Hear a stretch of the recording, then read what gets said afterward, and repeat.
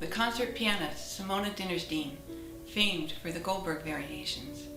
When I interviewed her in her home studio, I came not as a classical music critic, nor as a piano pedagogue, but as myself, a student of the piano and an amateur pianist. I'm pleased to present the resulting video to all of you, followers of Grand Piano Passion. Miss Dinnerstein treats us to a private rendition of the Bach Prelude in B minor, part of her new album, Night.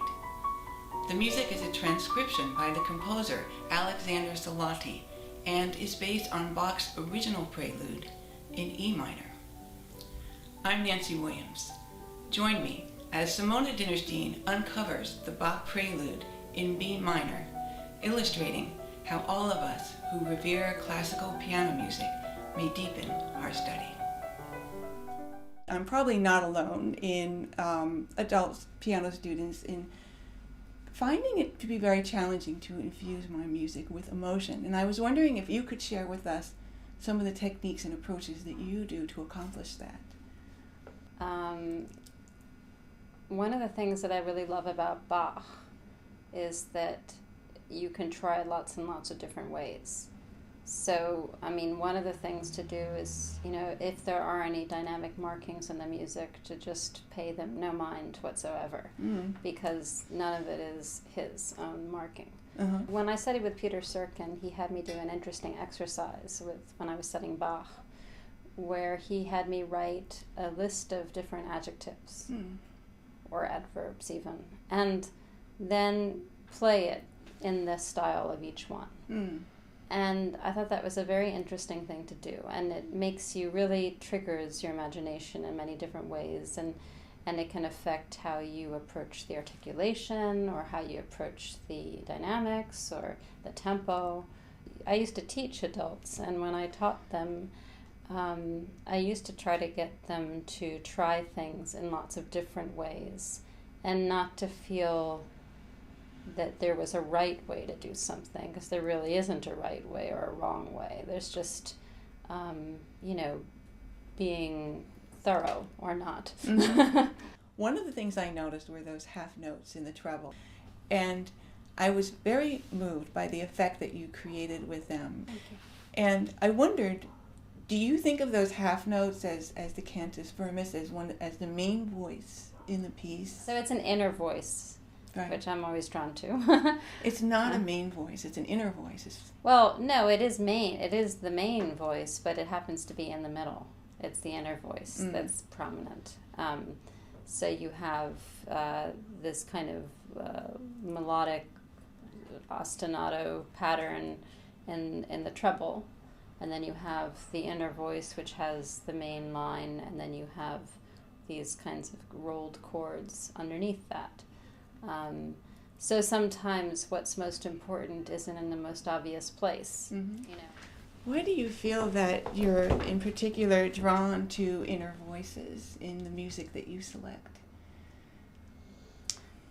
That's probably a very psychological question. I didn't think of it that way, but I think I like the underdog. I don't know. I think that melodies can be a little bit cheap, or obvious. And I like bass lines, and I like inner voices, because they are really the ground that everything else is working on. I'm wondering if you could give some other pointers or ideas for approaching this music for people who are interested in studying it. There's a whole question about playing evenly, which is something that pianists kind of obsess over. How do you make all of the notes even without anything standing out? So evenly, say, within a broken chord.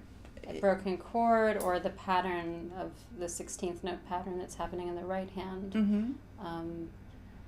There's that. Do you want to play it totally evenly, or do you want to play it with certain notes standing out? Is there a contour to what you're doing?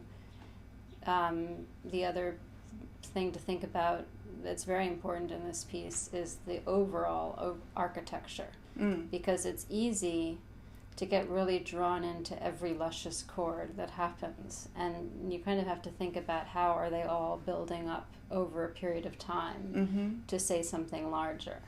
I find that very hard because I'm drawn to certain chords and I want to linger on them, and I do linger on them, but I think that I try to think very much about how it fits into the whole, and whether or not there is a shape and a kind of a course that the music is on. It's interesting because right now I'm studying a classic, the Bach Prelude in C major, and I think a lot of the issues are similar there. From the first book?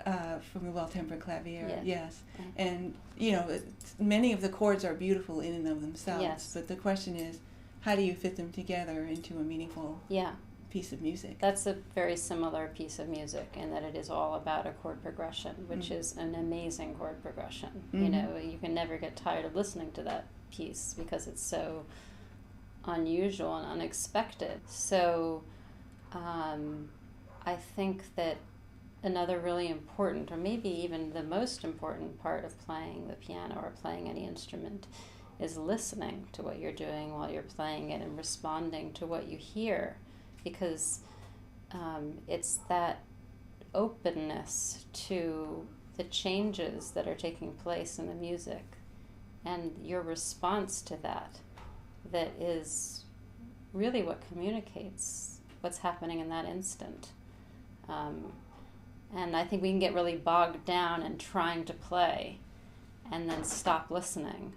And as soon as you start listening, everything changes.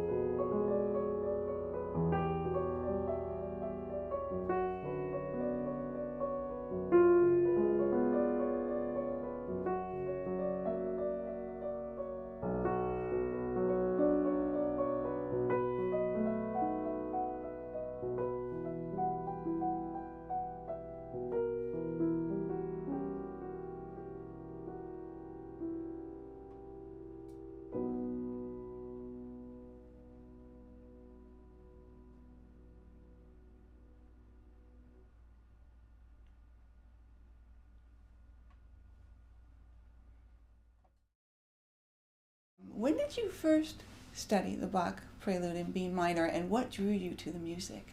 I had first heard it on YouTube, of all places. An incredible performance that Emil Gilels did of it in Moscow. And I just fell in love with the piece and knew that someday I wanted to play it.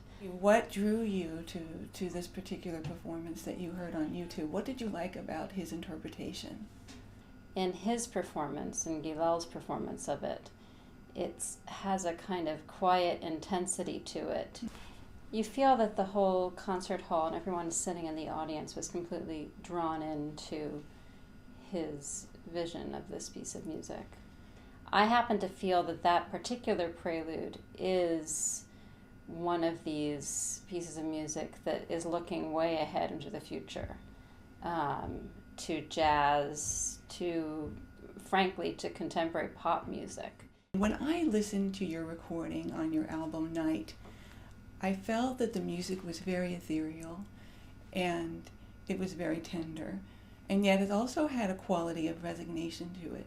Well, I think resignation is a good word. I would say that I think there's a lot of pain in that prelude. And I don't know if I would use the word tender. I don't think it's tender for me. It's something that is deeply felt in a kind of painful way that moves through that to a place of resignation. And how does that relate to your decision to include this music on the album Night, which is all about nocturnal feelings? Night is about nocturnal feelings, but it's also about a time of freedom, a time when the lack of light is actually making you able to try something new.